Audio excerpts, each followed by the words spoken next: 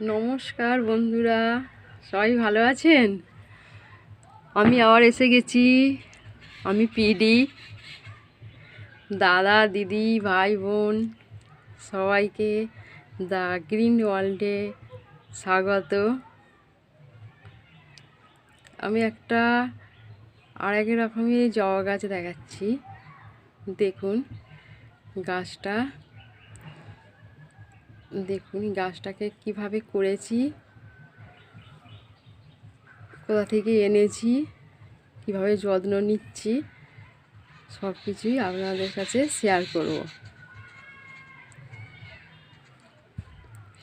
আমি আগে অনেক রকম গাছ দেখিয়েছি আপনাদের এই চ্যানেলের মাধ্যমে। দেখুন এই আরেক রকমের জবা গাছ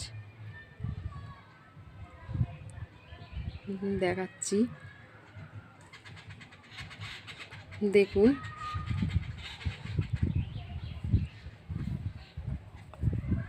গাছটা, দেখুন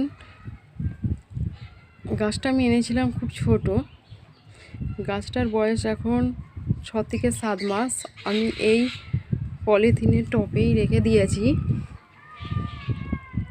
ধরুন গাছটাকে দেখাচ্ছি। গাছটা এই এতদিন রাখার পরে মোটামুটি ভালো সুন্দর হয়েছে গাছটা।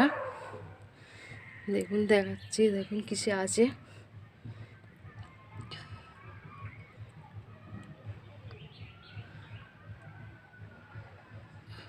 গাছটা এরকম এতে রেখেছি কারণ এতে জল বসবে না, জল দিলে বেরিয়ে যাবে, তাহলে গোড়াটা শিকড়টা পচবে না। যেহেতু নতুন গাছ এনেছিলাম, গোড়া পচে গেলে মরে যাবে, সেই জন্যে শিকড়গুলো যাতে সুস্থভাবে হয় সেই জন্য ওরকম বসিয়েছি।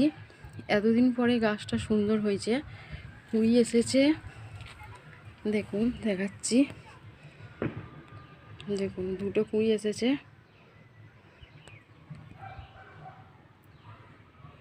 ফুল ফুটেছে, দেখুন এটা নতুন কালার।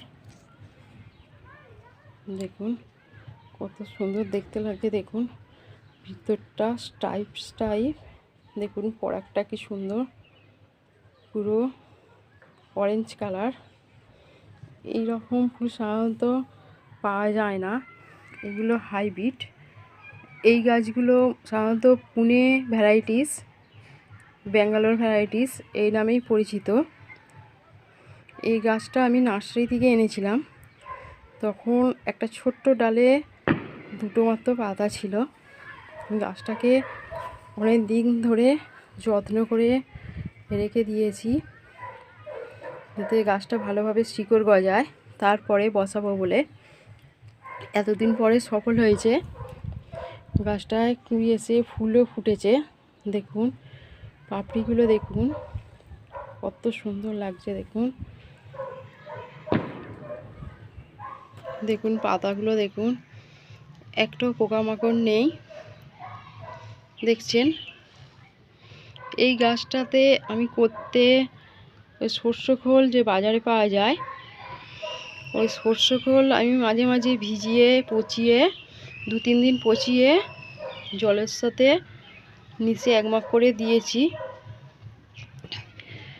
আর 2-1টা ইউরিয়া দানা দিয়েছিলাম যাতে গাছটা ভালো হয়, বড় হয়।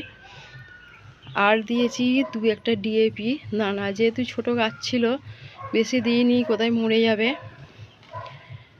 আস্তে আস্তে বড় করেছি। দেখুন ফুলটা কত ভালো লাগছে। দেখুন দেখছেন বন্ধুরা, সারাদিনের ব্যস্ততার মধ্যে একটু সময় করে গাছটাকে আমি যত্ন করছি। আপনারাও চাইলে পারলে করতে পারবেন। সারাদিনের ব্যস্ততার মধ্যেও একটু সময় করে একটু গাছকে যত্ন করলে, একটু কেয়ার করলে গাছগুলো খুবই সুন্দর হয়। শীতের সময় ফুল হয়, এগুলো অন্য সময় বর্ষাতে প্রচুর ফুল হয়, এটা শীতের সময় ফুটেছে, দারুণ লাগছে। দেখুন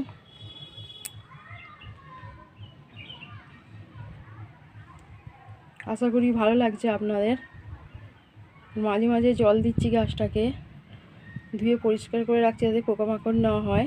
না হওয়ার জন্যে এতে মাঝে মাঝে আমি নিম খোল নিচে দিচ্ছি যেন মাটিতে পোকা না হয়, আর নিম তেল দিয়ে স্প্রে করছি যাতে পাতায় পোকা না হয়। এতে বড্ড মিলিবাগ হয়, এই জবা গাছে উপদ্রব করে, সেই জন্যে এতে একটাও মিলিবাগ নেই। দেখছেন, আশা করি ভালো লাগবে আপনাদের। আমাকে সময় দেওয়ার জন্য দাদা দিদি সবাইকে অসংখ্য ধন্যবাদ জানাচ্ছি। আবার অন্য একটা গাছ নিয়ে আপনাদের সামনে হাজির হব।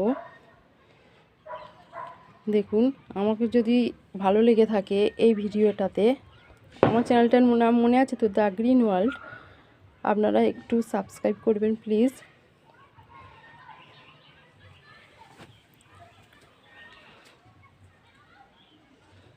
দেখুন,